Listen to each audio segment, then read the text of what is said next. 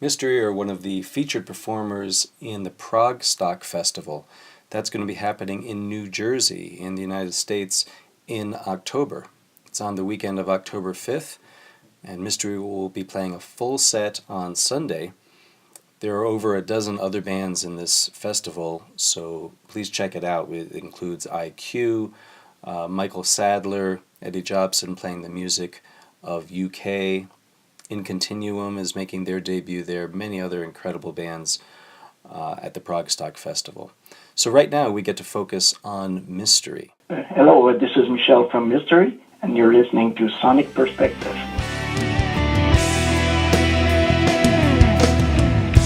For thousands of years, the world has longed for something to believe in. Forge your faith into fear, dividing souls, leading to a dead-end road. Looking for something else.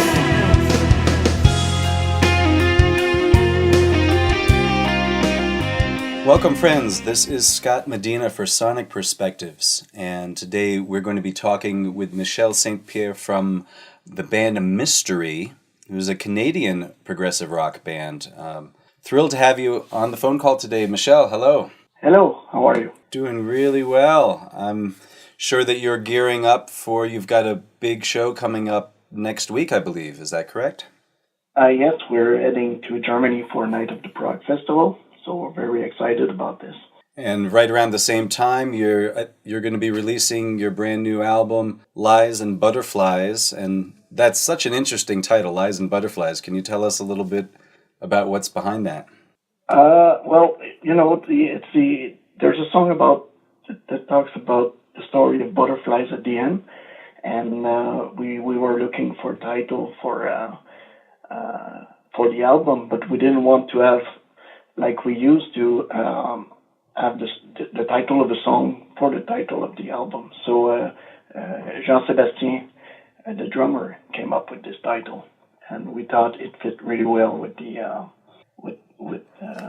album, and it also mentioned the song Chrysalis, which is related to butterflies. So that's how it came out. Yeah, Chrysalis is the final track on the album, which is about a 15-minute piece, but the album is it's bookended by these long epics. You know, the first opening track is Looking for Something Else, and it seems like they both share a little bit of melodic line in there and maybe some theme as well. Yes, probably just not intentionally, just probably because we recorded them at the same time, and we were just arranging the album at the time, and it felt they have just a similar vibe to it, so that's why we decided to take Looking for Something Else to start the album, and to have Chrysalis at the end of the album. So it's not making it a concept album, but it's just making like a continuity. Yeah, I kind of love how the album begins with Looking for Something Else. It starts off, it feels like it's, is it this at the end of a performance, a live performance? You hear the crowd calling out. Yes, exactly. Yeah, well, the idea behind this is to have, because the last album that we released is Second Home, the live album with the DVD. Yes, the live album, and right. So it's just like the ending of the live album there, and it's just like if the live album would be a dream and you would come back to reality, or the opposite, So if you put Second Home and you listen to it, and you put and you play the new album right after it, it's just like it's a continuity from there. Wow, I love that. That hadn't occurred to me, so I'm glad to hear that. This is like, the quintessential what progressive rock is about, even tying the albums together from one to the other. That's epic and yeah. beautiful. Yes. And you've used the title of Butterflies as actually cropped up before. I noticed a few albums back on the One Among the Living album, you have a short track called Dancing with the Butterflies. Is there any connection there? Yes. No, there's no connection between the two, no. Okay, I couldn't quite tie the epicness between all those albums. Just looking for that. Yeah. Yeah. It would be interesting to tie the two together, but no, it's not the same story. So what excites you about this latest album?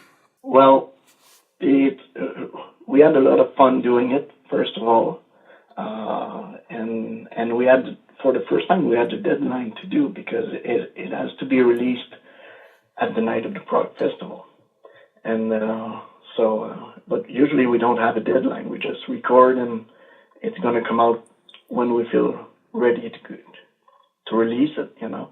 And so we had a little pressure to finish it, but in the end, we're all very happy with the result. Oh, wonderful. Yeah. So after the night of the Prog, later in October, you'll be playing in Rahway, New Jersey as part of the festival ProgStock. And yes. Yeah, very much looking forward to that. What can you tell us a little bit about that upcoming performance at ProgStock? We're very looking forward to play back in the U.S. after 10 years. We played just once in the USA. It was in 2009 or 2010, I think, at Rossfest Festival. And we haven't been back since then. So we're very, very happy to be back in the U.S. Wow, so I actually have seen your only U.S. show. I didn't realize that's the only time you played there. You played a great show at Rossfest then, with Benoit David on vocals at that time. And will the upcoming shows feature much from the new album? Yes. We'll make it. We'll probably play not all the album, but it's going to be concentrated around the new album for this one, for sure. Mm-hmm. So what other areas of the world have been most enthusiastic and receptive to Mystery? Well, it always went really good for us in Europe. Germany and the Netherlands are two of places where we have a lot of fans. Mm-hmm. This year we visit Spain and France and Norway for the first time, and it was great.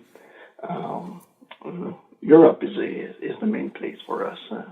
Yeah, it must have been exciting to get over there. It was interesting. Did you actually tour in Europe this spring while you were still recording the new album? Yes. So we didn't play any new song there. We'll start playing new song next week at Loreley, but we were recording the new album, and we went to play in Europe. So, and we had a great time there. The fans are amazing.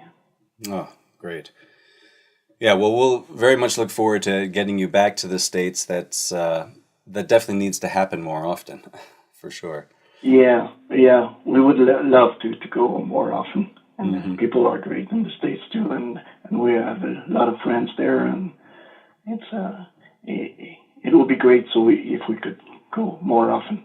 At least do a few gigs every year like we do in Europe, and that's the goal for us in the near future. Right. So the very title of the band is very evocative itself, and you seem to really enjoy the wordplay that Mystery evokes. Yeah, but it's just this title, the name of the band just came out accidentally maybe 30 years ago, something like that. We were looking for a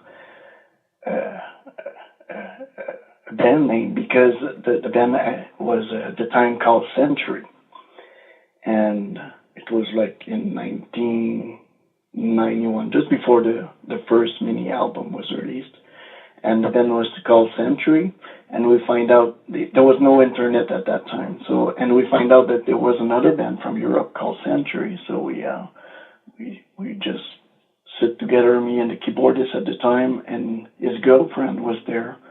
And we said, okay, we need to find a new name now. So, and she just mentioned, why don't you call yourself Mystery? And I said, that sounds great. It's a perfect perfect idea. Let's call the band Mystery. So Yeah. there's nothing mystic or anything else about this. It just happened like that. She just mentioned the name Mystery, and we loved it, and we kept it for all these years. I know for listeners who are new to this band, it's really amazing. I mean, you briefly mentioned it there, but that you founded the band in the 80s and then released your first EP in 92 and then 2 more full-length albums in the 90s. So you've really been around for quite a while. Oh, yes. And that was just before the internet, so I thought that was like the only one wanting to do prog, at the time. Mm-hmm. And of course, no label wanted to sign us at the time too. So I started my own label and released the first mini album. In 1996, we released Theater of the Mind, and 1998, the album Destiny. And with the album Destiny, it was like when the internet was starting around 1996, 97, and that's where it all started. Yeah, and your record label, which is called Unicorn Digital, yes. Having your own label and putting your albums out on that label obviously affords you artistic freedom, which must be fantastic for you. Oh yes, and it gave me the opportunity to meet a lot of great musicians also. So it's a lot of work, but a lot of fun at the same time.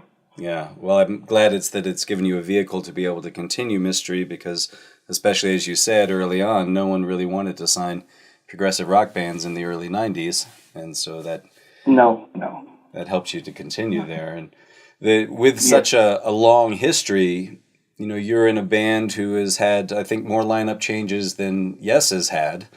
Yeah, probably so. Yeah, but throughout all of that, your sound remains remarkably consistent. What do you attribute that to?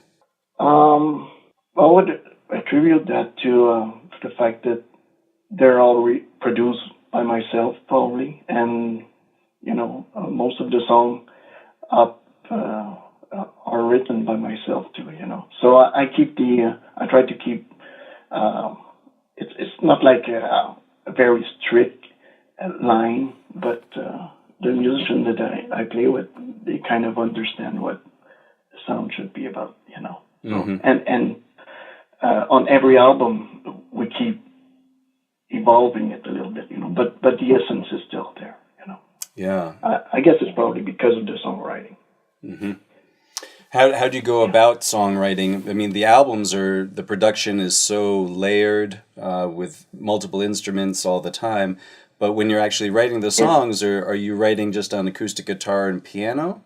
Yes, exactly. Yeah, I have multiple and a lot of small ideas. As I pick up my guitar when I start practicing. I could be sitting in the living room watching TV, and I have my guitar, and if I have a good idea of a riff or something, I just record it with my iPhone, Mm-hmm. and just keep it there. And I have some ideas that stays for years, like for instance on the song Chrysalis on the last album. Mm-hmm. I think I wrote some riff. Of course, I didn't have an iPhone back then, but there's some riff in there. The main riff of the song has been written. Was probably 19 years old, something like that. Huh. And I just couldn't finish the song at that time. I knew I would use it at one point, but the idea to finish it at that time was not there. So I just kept the idea in my mind until I was able to release it, which is what happened this year. Right. So even as you're writing that initial song on just a acoustic guitar or whatever you have, even at that point, are you envisioning the full production that the song might sound like on the album? Yes. So once the idea of the structure of the song is like mainly done in my mind, I start recording with drum machines and just layering tracks of keyboards, MIDI tracks, and a quick drum, so we have an idea of where it's gonna go, and I kind of make this skeleton of the song right there, and then I send that to the rest of the mystery, and they listen to it, and they just send their track, and we keep, the drummer will do his drum at his place, and he would send the drum track. So at that point, we just arrange everything else around that, and we keep growing the song like that. And sometimes we change the form of the song, but usually it's just improving what I have done on the demo. Mm-hmm. Yeah. And so with the finished product, would you say that there's an emotional or even spiritual focus to the music that Mystery is producing? I think so, yeah. And especially, before Delusion Rain, they were mainly we were not playing live very often. So it was more like a studio project. Starting with Delusion Rain has been recorded with the lineup that we've been playing and going to Europe for the past 5 years. So it was like the first time that the lineup was recording an album, actually. And they are all used to play the music live, the old song. So they really know, how Mystery should sound, and they were all excited to be involved in the creation of the music for the first time. And this album here, Lies and Butterflies, it really is the same lineup that you're going to see at ProgStock. Great. And so I think it brings something to the whole music. It sounds more like a band now than it used to. Yeah. Yeah. Well, Mystery has had 3 different lead singers over the years. When those changes have happened, has there been significant changes to the band dynamics and the songwriting with each new singer? Or is it still pretty consistent since you're writing most of the material? No, it's still pretty consistent, yeah. Mm-hmm. Yes. Yeah, it seems like... yeah. No, go, sorry. It seems like with when Benoit David was in the band that he was kind of embodying, the other half of the band, that you were the main face of it, but then, of course, he's the lead singer, so between the two of you, it felt like it was a real unit. And I'm wondering now, with his departure, was that a very difficult time for you when he decided to take a back seat for music for a while? Oh yes, it was a very hard time, and we made it look very easy on the internet, but when we just announced Benoit David left Mystery, and we have a new singer, Jean Pajot, but it took like a year and a half to find Jean once Benoit announced. So at that time, Benoit announced that he was leaving the band just a few months after he left, yes. And to save the time and to give us the chance to either have Benoit change his mind and come back, or to find a new singer, I decided to mix the live album Tales from the Netherlands, which was recorded with Benoit, and it gave us like a year to just make it look like the band was still going on, and luckily we found Jean Pajot to replace him. Yeah, it's remarkable how similar actually all 3 singers have sounded, especially with your production and songwriting.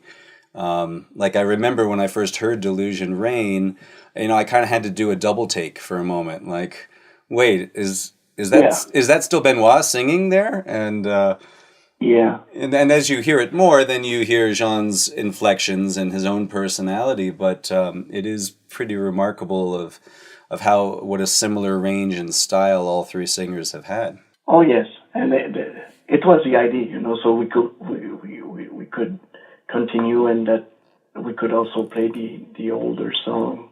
So and that's it's also the range that I write my music to, So I need a singer that sounds in that range. So yes, yeah, I think there's that defined.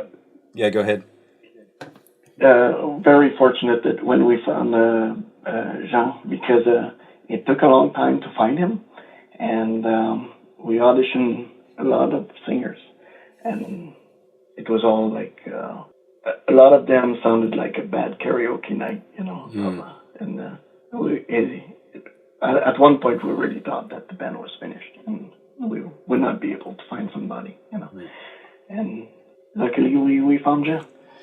Wow, yeah. There's always that sort of defining moment for the listener as well. Like I was just describing with hearing Delusion Rain, I think of like when Yes released Drama, and suddenly for the first time it was a new singer other than John Anderson, and you're listening to Machine Messiah and the first notes that come out of Trevor Horn's mouth, you're like, oh, what is this going to be like?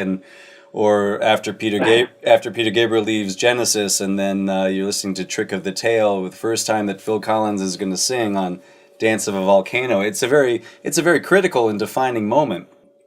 Yes. And so that, I think you really came through on Delusion Rain, especially with the title track opening with such a strong piece. Of course. Yeah, and actually when you start singing there, when he's alone and you start singing with the piano, it's a first take. It's the first take that he recorded for that song. So. And at that moment when he recorded that line there, I knew, we were in the studio and I said, okay, I think we'll be okay, and we can continue now. Yeah, that must have warmed your heart so much to hear that on the first take. Yeah. Yeah. Yes. Wow. And but going back for a moment, is there any more you can tell us about the Benoit David years and how his association with Yes helped or hindered Mystery in those years? Well, for sure, it did not injure Mystery at all. It gave us a visibility that all progressive rock band would love to have, So suddenly, every little interview with Yes was mentioning Mystery somewhere in there, So we got so much visibility with this that it gave us the opportunity to go to Europe for the first time, and so no, it was just a perfect momentum, Just unfortunate that we could not keep going on it, but but for now I don't want to look back. The band is stronger than ever right now. I think it's the strongest lineup that Mystery ever had, and we just keep going. Yeah, after nearly 30 years, that's a great thing to be able to say that, isn't it? Yes, it is, really. Yes. Yeah, really exciting times ahead. And I noticed that last year you celebrated the 10-year anniversary of the Beneath the Veil of Winter's Face album and played the entire album live in concert. And so yeah. I was curious, is that because that album had a special significance to you in your history? And do you plan on doing the same thing for other album anniversaries in the future? Yeah, maybe we'll do it in the future, but it was just it was something that we wanted to do, to play the album from the first note to the last, and the 10-year anniversary was the perfect time to do it. Mm-hmm. Not that it's a better album that we find than the others, but it was just a perfect time to do it. So we started the show. The first set was the completed Beneath the Veil of Winter Space album, and then we would take a break and come back and play more songs from Delusion Rain and the rest of the albums. And it's very unfortunate, but we were supposed to record this to make it probably a live version of Beneath the Veil of Winter Space, but we unfortunately all the recordings did not work out. So yeah. So it won't happen. Right. Well, it seems like you're on a track right now. You're releasing a new album every 2 or at most 3 years, and like you said, yes. The band is firing on all cylinders. You've got a cohesive band that's now been playing live and recording in the studio. I know in the past you did a lot of the recording in the studio yourself, keyboards and everything, and then you had a kind of different musicians for the live show. Was that true for this latest album too, or did the whole band play more on the actual studio? The whole band played more. I still do some keyboards and and more guitar tracks than I can play live, So, but the band right now, they just put their input a little more on this one. Yeah. When your lead guitar lines are always a beautiful feature of many of the albums, and has some of those soaring solos in it. At times I can hear a sort of a David Gilmour or Rothery kind of influence there. Are there other less obvious influences for you? Well, I don't really have guitar influences. I'm mostly influenced by singers. I really wanted to be a singer when I was young, so I guess I approached the guitar as I would love to sing, but unfortunately I don't have a voice to sing like Jean or Benoit, and so I try to compensate with my guitar and do those melodies. For sure, David Gilmour is great. Steve Hackett and Stephen Rothery, they're all great guitar players, and they influence me not only with their guitar but with their own music too. Yeah. Have you been able to meet and interact with any of them over the years? We've opened for Marillion at the Marillion weekend in Montreal, but we just saw them very quickly. We didn't have a chance to meet them, unfortunately. Not at that time. Yeah. So after these festivals of Night of the Prog and ProgStock, do you have other concert ambitions or lining things up right now? Well, I think we're going to organize a tour. We don't know when yet, but for 2019, going back to Europe. And we might add a few shows at the end of the year, probably here in Montreal and Quebec City, and maybe if we have a chance, we might go to Europe or to play one show or two, But we want to do a bigger tour probably in 2019. It's going to be either in the spring or in the fall. We don't know yet. Right. Working on this right now. Yeah. Yes.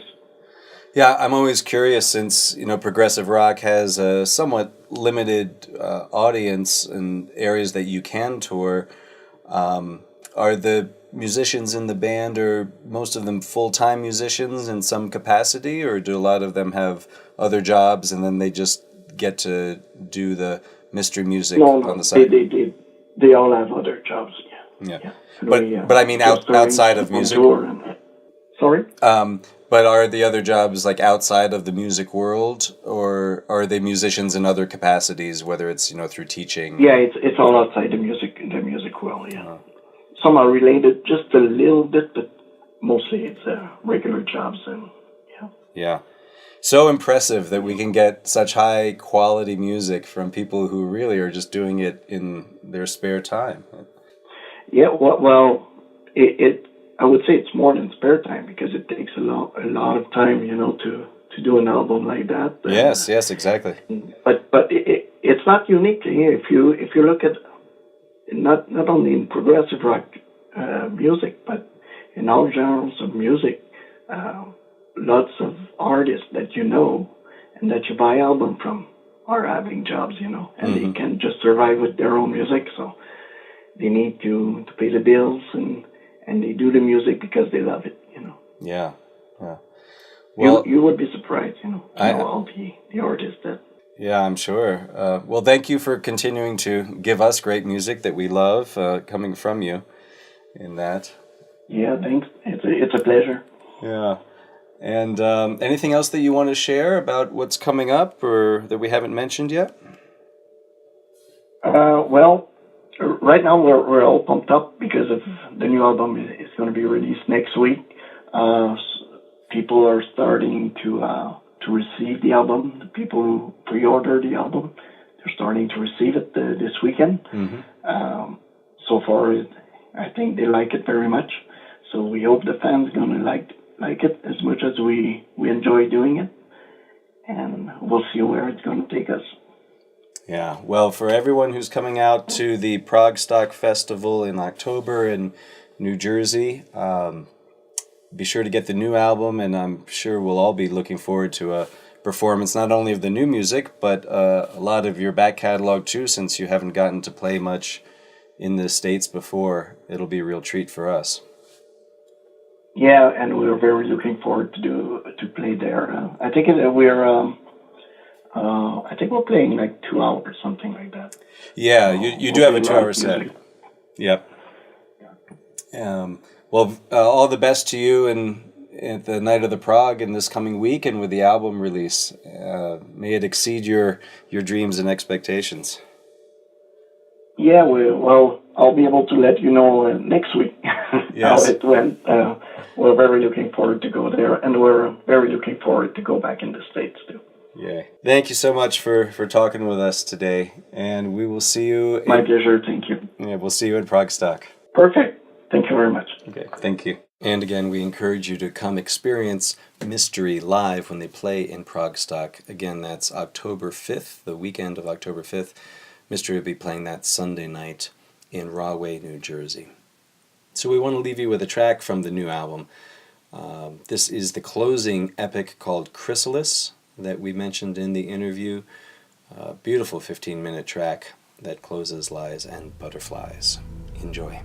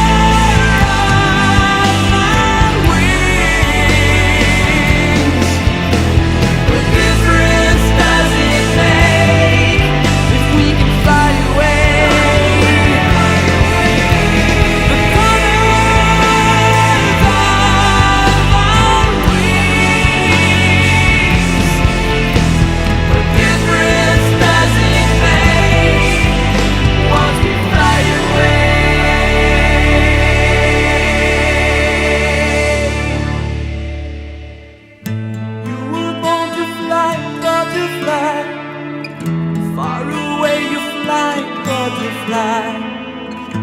You are free to fly, butterfly. Spread your wings and fly, little butterfly.